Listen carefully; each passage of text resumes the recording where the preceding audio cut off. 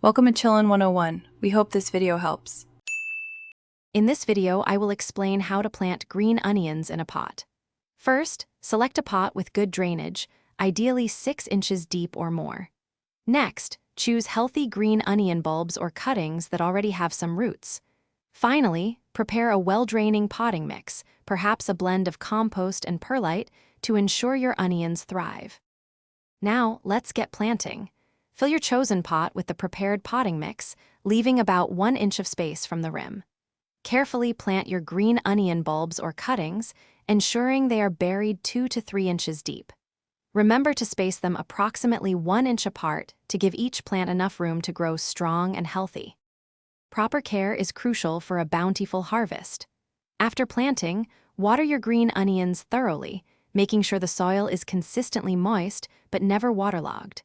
Place your pot in a sunny spot where it can receive at least 6 hours of direct sunlight each day. Check the soil moisture regularly and water when the top inch feels dry. The best part is harvesting.